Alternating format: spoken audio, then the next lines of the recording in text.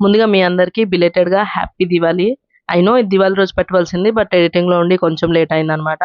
ఈసారి దివాళీతో పాటు కార్తీక సోమవారం కూడా రావడంతో కొంచెం హెక్టిక్‌గా జరిగింది మా దివాళీ అనేది.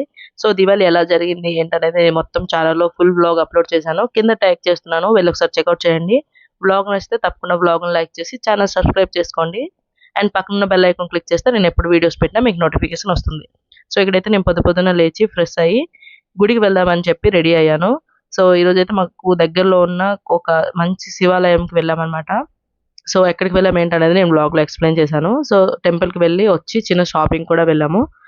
మా హస్బెండ్‌కి కొంచెం క్లాత్స్ తీసుకోవాలని ఉంటే వెళ్ళామనమాట. సో, అక్కడి నుంచి షాపింగ్ అయ్యి ఇంటికొచ్చి లంచ్ చేశాక ఈవినింగ్ అయితే అన్నయ్య వాళ్ళ ఇంటికి వెళ్తున్నాము. లాస్ట్ ఇయర్ అయితే దివాళీ మేమిద్దరమే మా ఇంట్లో చేసుకున్నాము. బట్ ఈ ఇయర్ దివాళీ వచ్చి మా అన్నయ్య వాళ్ళ ఇంటికి వెళ్తున్నామనమాట.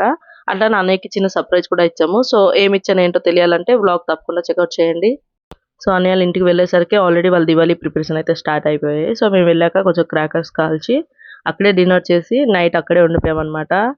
ఇంతకు మీ దివాళీ ఎలా జరిగింది ఏంటనేది కామెంట్ సెక్షన్‌లో షేర్ చేసుకోండి. అండ్ షార్ట్ చివరి వరకు చూసినందుకు thank you so much for watching. By by.